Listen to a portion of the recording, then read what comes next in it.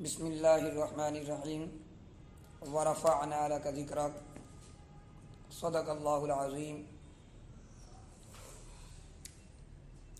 پہلے دو تین نشستوں کے اندر ہم نے نبی علیہ الصلوۃ والسلام کی ولادت باسعادت کے متعلق تذکرہ کیا۔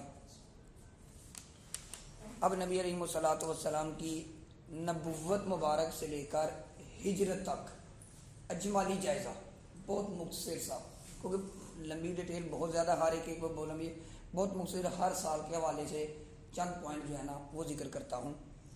پہلی بات تو یہ ہے کہ نبی علیہ الصلوۃ والسلام کو پیدائش مبارک سے لے کر 39ویں سال تک آپ علیہ الصلوۃ والسلام کا کردار مبارک ایسا بے مثال تھا کہ اپنے تو اپنے غیر بھی آپ علیہ الصلوۃ والسلام کو صادق اور امین کہا کرتے تھے۔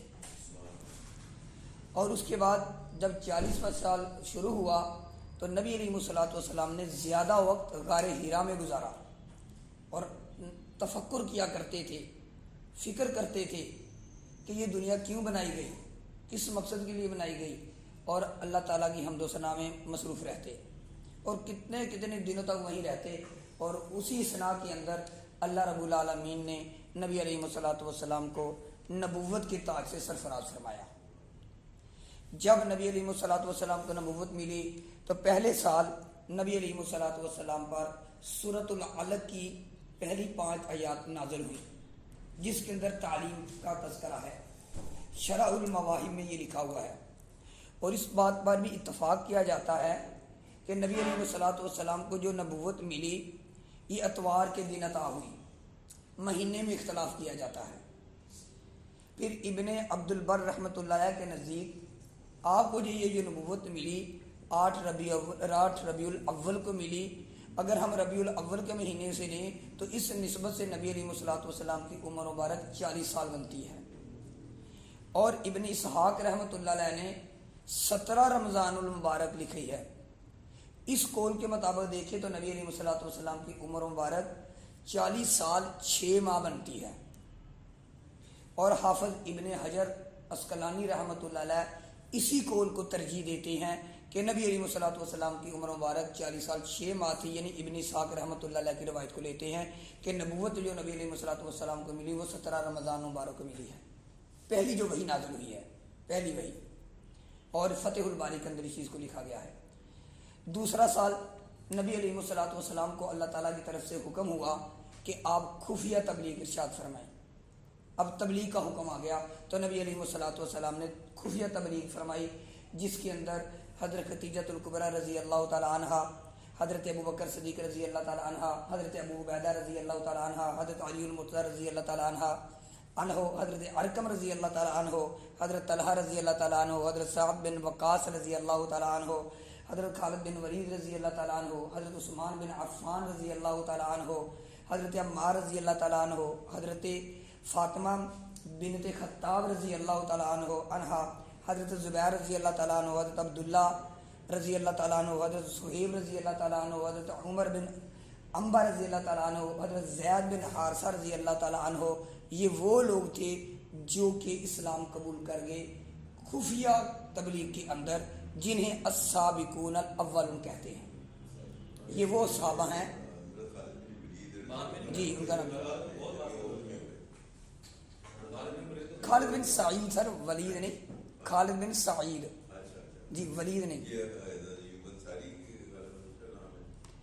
ابو ایوب انصاری تو بعد میں جب نبی کر کے مدینہ المنورہ پہنچ چکے تو اس میں تھے۔ خالد بن سعید جو ہے نا وہ یہ علیحدہ ہیں۔ ہاں جی، خالد بن ولید تو غزوہ بدر کے بعد، غزوہ احد کے بعد ہوئے ہیں، ان سے بھی لیٹ ہوئے۔ جی خالد بن سعید، شاید اس میں ولید بول دیا ہو، تو خالد بن سعید رضی اللہ تعالیٰ عنہ ہیں۔ پھر جی، اور یہ وہ صحابہ ہیں، اور کچھ ایک دو صحابہ اور ملا کے، جن کو سابقون الاولون کہا جاتا ہے۔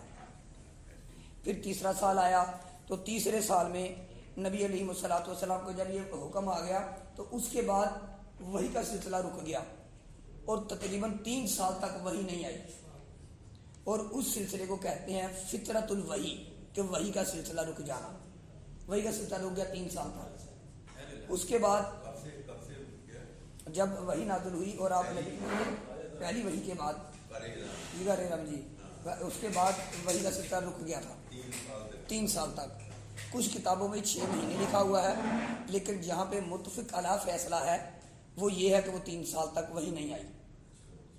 اور پھر تیسرا سال شروع ہو گیا تو نبی علیہ الصلوۃ والسلام کے متبنہ بیٹے حضرت زید بن حارثہ رضی اللہ تعالیٰ عنہ، جن کو منہ بولا بیٹا نبی علیہ الصلوۃ والسلام نے منہ بولا بیٹا بنایا ہوا تھا، ان کے ہاں بیٹا پیدا ہوا حضرت اسامہ، جن کے بارے میں آتا کہ نبی علیہ الصلوۃ والسلام ان کو اپنی جوڑی میں کھلاتے، اس کو کنگھی کرتے کہ اگر اسامہ بیٹی ہوتی تو میں اس کے کنگھی خود کرتا، میں اس کو کپڑے خود پہناتا، میں اس کو خود نہلاتا، میں اسے پیار کرتا.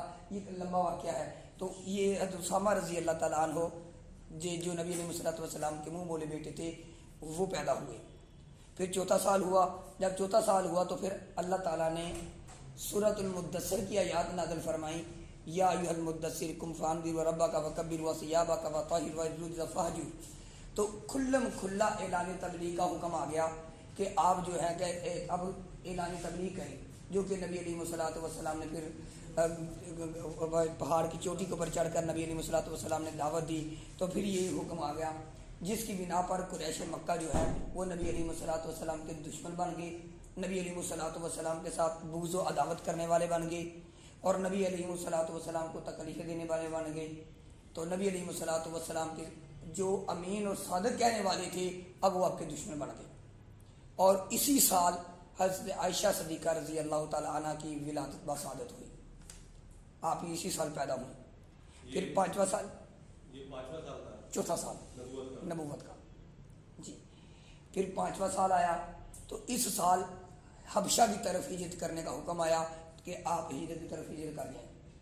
اور اسی سال دوسری دفعہ بھی حکم آ گیا کہ حبشہ کی طرف ہجرت کر جائیں.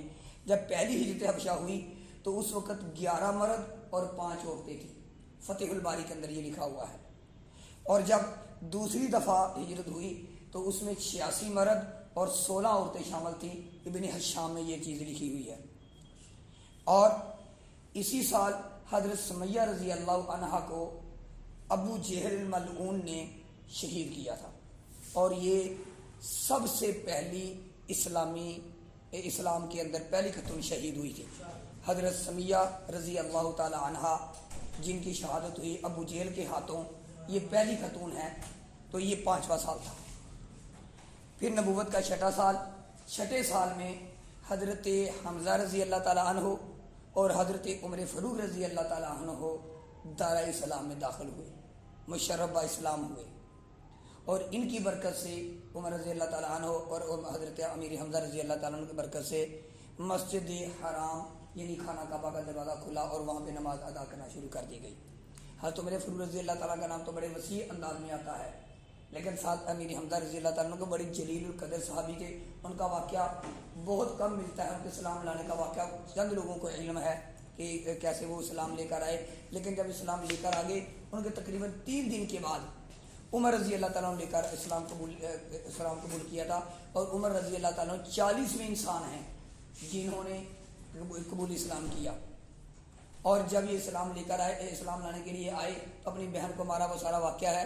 تو جب نبی علیہ الصلوۃ والسلام کے پاس دار ارقم میں پہنچے، دروازہ کھٹکھٹایا تو ایک صحابی نے جب دیکھا کہ عمر رضی اللہ تعالیٰ ننگی تلوار لے کر آئے ہیں تو اس وقت انہوں نے کہا اللہ کے نبی عمر ہیں اور ننگی تلوار لے کر آئے ہیں. تو اس وقت نبی حمزہ رضی اللہ تعالیٰ نے فرمایا تھا اس کو آنے دو، اگر اچھی نیت سے آیا تو بہتر ہے، ورنہ عمر کی تلوار سے عمر کا سر قلم کر دوں گا. اتنے بہادر حضرت امیر حمزہ رضی اللہ تعالیٰ عنہ تھے. تو یہ حضرت عمر رضی اللہ تعالیٰ عنہ سے 3 دن پہلے اسلام لے کر آئے. تو یہ نبوت کا 6واں سال تھا. اس کے بعد نبوت کا 7واں سال ہے. یہ وہ سال ہے جب نبی علیہ الصلوۃ والسلام کو قریش مکہ نے ان کے ساتھ مقاطعہ کر دیا تھا اور شب ابی طالب گھاٹی کے اندر 3 سال تک نبی علیہ الصلوۃ والسلام بمبے اہل خانہ کے ساتھ وہاں پہ بنو ہاشم اور بنو مطلب دونوں کے خاندان کو محصور کر دیا تھا، قید کر دیا تھا، جہاں پہ بہت سختی کے ساتھ وہ وقت گزارا. یہاں تک کہا جاتا ہے کہ پتے کھا کھا کر مسلمانوں نے گزارا کیا ہے. چمڑا لے کر وہ منہ میں لے کر کچھ چباتے رہتے جسے چباتے میدا ایسا دکھ ہو جاتا. تو اس طریقے سے وہ وقت گزارا ہے. اور اس وقت نبی علیہ الصلوۃ والسلام کی جو بیٹیاں مبارکہ تھیں وہ ساری کی ساری چھوٹی تھیں اور انہوں نے بھی پتے کھا کھا کر گزارے کیے ہیں. یا نبی علیہ الصلوۃ والسلام اپنے زبان مبارک کو باہر نکال دیتے تو وہ نبی علیہ الصلوۃ والسلام کے ہونٹ مبارک کو چوس چوس کر گزارا کیا کرتی تھی، اور مکمل طور پر بائیکاٹ کر دیا گیا تھا کہ کسی قسم کی کوئی بھی نبی علیہ الصلوۃ والسلام کے ساتھ ایسا معاملہ نہیں کیا جائے گا کہ ان کے خاندان کے ساتھ یا نبی علیہ الصلوۃ والسلام کے ساتھ کوئی بھی ایسی بات کہ کوئی باہر سے کھانا لا کر دے، ایسا معاملہ نہیں کیا جائے گا۔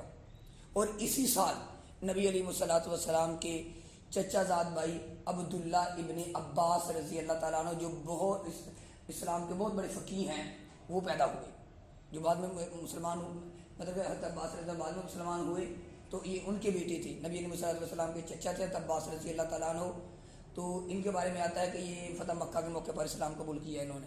تو ان کے جو بیٹے ہیں عبداللہ، یہ نبی علیہ الصلوۃ والسلام کے نبوت کے 7ویں سال، اسی سال جس سال میں شب ابی طالب کا محاصرہ چلا تھا، تو یہ پیدا ہوئے۔ پھر نبوت کا 8واں سال ہے کہ مشرکین مکہ کے مطالبہ پر، جو ہم کہتے ہیں کہ نبی علیہ الصلوۃ والسلام نے چاند کے ٹکڑے کیے، جسے شق قمر کہتے ہیں، یہ نبوت کا 8واں سال تھا۔ یہ نبی علیہ الصلوۃ والسلام کا بے مثال معجزہ رونما ہوا، جسے البدایہ والنہایہ کے اندر بیان کیا گیا ہے۔ پھر نبوت کا 9واں سال آیا۔ نبوت کے 9ویں سال میں یہ جو شب ابی طالب کا معاملہ چل رہا تھا، یہ ختم ہو گیا۔ اس کے بعد 10واں سال آیا، تو 10ویں سال کے اندر مقاطعہ ختم کر دیا گیا، جو بائیکاٹ تھا وہ سارا سلسلہ ختم ہو گیا، 3 سال مکمل ہو گئے، 10واں سال شروع ہو گیا۔ تو یہ طبقات ابن سعد کے اندر اس کو روایت کو بیان کیا گیا ہے۔ اور اسی سال ہی نبی علیہ الصلوۃ والسلام کے چچا ابو طالب اور آپ علیہ الصلوۃ والسلام کی زوجہ محترمہ خدیجہ الکبریٰ رضی اللہ تعالیٰ عنہ کا انتقال ہو گیا، جس کو نبی علیہ الصلوۃ والسلام نے عام الحزن قرار دیا، غم کا سال کہا کہ یہ غم کا سال ہے۔ اور اسی سال جو 10واں سال تھا نبوت کا، نبی علیہ الصلوۃ والسلام کا نکاح حضرت سودا بنت زمعہ رضی اللہ عنہا سے ہوا، اور اسی سال نبی علیہ الصلوۃ والسلام کا نکاح حضرت عائشہ صدیقہ رضی اللہ تعالی عنہ کے ساتھ ہوا، جبکہ رخصتی بعد میں ہوئی، 6 سال کی عمر میں۔ جی 6 سے 7 سال کی عمر میں روایات آتی ہیں، 2-3 روایات ہیں اس کے اندر، تو زیادہ تر جس پر متفق کرتے ہیں وہ 6 سال کی عمر ہے۔ اور اسی سال طائف کا واقعہ پیش آیا، جب نبی علیہ الصلوۃ والسلام کو طائف کے اندر وہ یہ سارا واقعہ ہم سنتے ہیں، تو یہ واقعہ بھی 10ویں سال پیش آیا۔ پھر نبوت کا 11واں سال آیا۔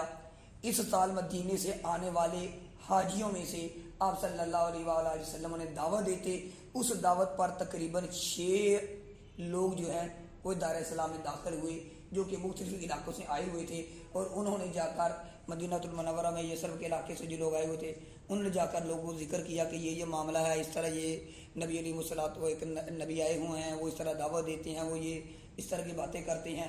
تو ان لوگوں کو اندر یہ جا کے انہوں نے ذکر کرنا شروع کر دیا۔ تو یہ اور جس کو کہتے ہیں ہم انصار، پھر ان انصار کا جو سلسلہ شروع ہوا، اسلام لانے کا آغاز ہوا، وہ یہاں سے شروع ہوا اس 11ویں سال سے۔ پھر وہ اگلے سال 12ویں سال وہاں سے دوبارہ کچھ لوگ آئے عقبہ کے مقام پر، اور وہاں آ کر نبی علیہ الصلوۃ والسلام پر انہوں نے بیعت کی، اور یہ کہا کہ ہمیں آپ جو ہے نا کچھ صحابہ بھیج دیں۔ تو نبی علیہ الصلوۃ والسلام نے مصعب بن عمیر رضی اللہ تعالیٰ عنہ کو ان کے ساتھ بھیجا، جنہوں جا کر پھر انہیں تبلیغ کی۔ اگلے سال دوبارہ وہ آئے، جسے بیعت عقبہ ثانی کہتے ہیں، عقبہ کے مقام پر پھر نبی علیہ الصلوۃ والسلام کے ساتھ انہوں نے، یہ اس وقت 13واں سال تھا، اور جب یہ دوبارہ آئے تو اس وقت تقریباً 73 مرد اور 2 عورتیں تھیں، جو کہ نبی علیہ الصلوۃ والسلام کے عقبہ کے مقام پر انہوں نے بیعت کی۔ تو 12ویں سال میں نبی علیہ الصلوۃ والسلام کو یہ واقعہ طائف کا ساری تکالیف ہوئی، یہ سارے معاملات، عام الحزن بھی ہو گیا، پھر واقعہ طائف بھی ہو گیا، اور لوگوں نے نبی علیہ الصلوۃ والسلام پر عجیب و غریب آوازیں کسنا شروع کر دی قریش مکہ نے۔ تو اللہ رب العالمین نے پھر 12ویں سال نبی علیہ الصلوۃ والسلام کو معراج کا واقعہ پیش فرمایا، پھر معراج ہوئی، نبی علیہ الصلوۃ والسلام نے معراج پر بلایا، اور پھر وہاں پہ امت کو 5 نمازیں امت پر فرض ہوئیں۔ پھر اسی سال جو میں نے بیعت عقبہ کی بات کی ہے، اسی سال بیعت عقبہ ہوئی، جن میں تقریباً 12 افراد نے اسلام قبول کیا۔ 13ویں سال بیعت عقبہ ثانی ہوئی، جس کے اندر 73 مرد اور 2 عورتیں تھیں، اور اس کے بعد نبی علیہ الصلوۃ والسلام کو اللہ رب العالمین نے ہجرت کا حکم دے دیا کہ آپ ہجرت فرما جائیں۔ تو پھر اگلے سال نبی علیہ الصلوۃ والسلام جو ہے 13ویں سال ہی ہجرت فرما کر نبی علیہ الصلوۃ والسلام مدینہ المنورہ تشریف لے گئے. تو یہ تقریباً نبوت کے بعد 13 سال ہیں جو نبی علیہ الصلوۃ والسلام نے مکہ المکرمہ میں گزارے. تو جب ہم قرآن مجید کی آیات مقدسہ کے حوالے سے بات کرتے ہیں کہ جی کچھ مکی صورتیں ہیں کچھ مدنی صورتیں ہیں، تو 86 مکی ہیں اور 28 مدنی ہیں. تو اس حوالے سے پوچھا جاتا ہے کہ مکی صورتیں کون سی ہیں اور مدنی صورتیں کون سی ہیں. تو ہم کہتے ہیں جو وہ دور مکی دور ہے تو وہ جو صورتیں ہیں وہ مکی صورتیں ہیں، اور جو مدینہ میں نازل ہوئی تو وہ مدنی صورتیں ہیں. یہ بات غلط ہے. مسئلہ یہ ہے کہ جو ہجرت سے پہلے نازل ہوئی ہیں، ہجرت مدینہ سے پہلے وہ مکی ہیں، اور جو ہجرت کے بعد نازل ہوئی ہیں وہ مدنی ہیں، خاص جگہ کوئی بھی ہو. بہت سارے صورتیں ایسی ہیں جو ہجرت کے بعد نازل ہوئی ہیں لیکن نبی علیہ الصلوۃ والسلام اس وقت مکہ المکرمہ میں تھے. بہت ساری آیات بھی ایسی ہیں. اور نبی علیہ الصلوۃ والسلام کا جو وہاں کا مدینہ المنورہ سے سفر جو مکہ کے زیادہ قریب تھا. اور بہت ساری ایسی ہیں کہ جو نبی علیہ الصلوۃ والسلام مکہ المکرمہ میں رہا کرتے تھے، لیکن نبی علیہ الصلوۃ والسلام وہ جب آیات نازل ہوئی تو آپ مدینہ کی طرف جسر کی طرف یا دوسرے علاقوں میں وہاں سفر کر کے گئے ہوئے تھے. تو اس حوالے سے جو فقہاء کرام نے علماء کرام نے جو ایک ہمیں فرق بتایا ہے کہ جو ہجرت مدینہ سے پہلے نازل ہوں انہیں ہم مکی صورتیں کہتے ہیں، اور وہ صورتیں جو ہجرت مدینہ کے بعد نازل ہوئی ہیں انہیں ہم مدنی صورتیں کہتے ہیں. اللہ رب العالمین ہمیں نبی علیہ الصلوۃ والسلام کی حیات طیبہ کا اسی طرح تذکرہ کرتے ہوئے موقع عطا فرماتے رہیں، اور ہمیں نبی علیہ الصلوۃ والسلام کی حیات طیبہ پر عمل کرنے کی توفیق عطا فرمائیں. آمین بحرمت النبی الکریم.